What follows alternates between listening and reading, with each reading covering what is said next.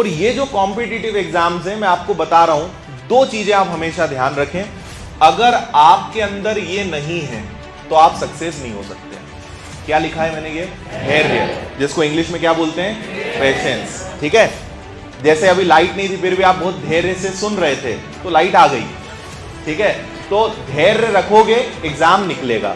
तो सबसे पहली चीज क्या है आपके अंदर, आपको धैर्य रखना पड़ेगा। और दूसरी बात कि आपको रेगुलर रहना पड़ेगा हर मामले में। और तीसरी और आखिरी बात जिस पे आपका सिलेक्शन टिका होता है वो होता है प्रैक्टिस। बातें बड़ी छोटी छोटी सी हैं, पॉइंट्स बड़े छोटे हैं, लेकिन आप विश्वास करिए सिलेक्शन के लिए यही चीजें चाहिए। मैंने यहां ऐसा बिल्कुल नहीं कहा कि आपके अंदर बहुत टैलेंट होना चाहिए, आप बहुत पढ़ने लिखने वाले बच्चे रहे हो स्कूल से, आप बहुत सिंसियर हो, ये सब नियम चाहिए ही नहीं। मैं बता रहा हूं आप स्कूल में कितने ही गधे रहे हो, आप कितने ही कम पढ़ने लिखने वाले रहे हो, कुछ भी आप रहे हो, वो कभी फर्क नहीं पड़ता अगर व्यक्ति अब सुधर जाए। असफल वो होगा, मरेगा तो वो जो अब भी ना सुधरे। समझ में आ रही है बात?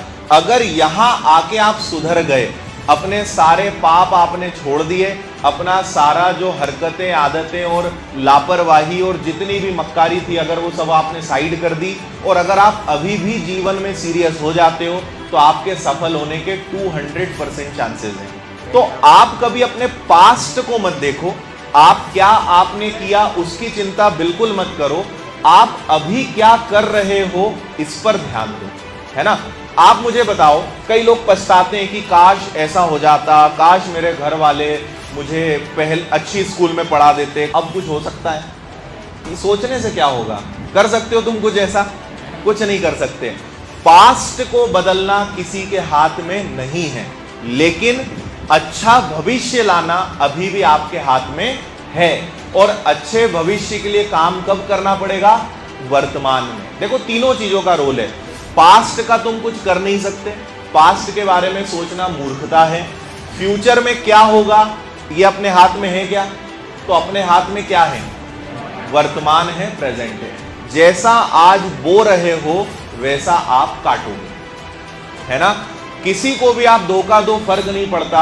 एक चीज आप समझ लेना, खुद को धोखा मत देना, खुद से हमेशा सही बोलना, क्योंकि कल को जीवन अगर बनेगा तो उसका मजा कौन लेगा?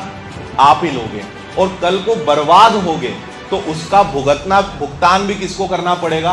खुद को ही करना पड़ेगा। इसलिए चाहे आप दुनिया में किसी को मूर्ख बना रहे हो, वैसे तो नहीं बनाना चाहिए, खासकर अपने माता पिता और खुद को कभी धोखा नहीं देना चाहिए।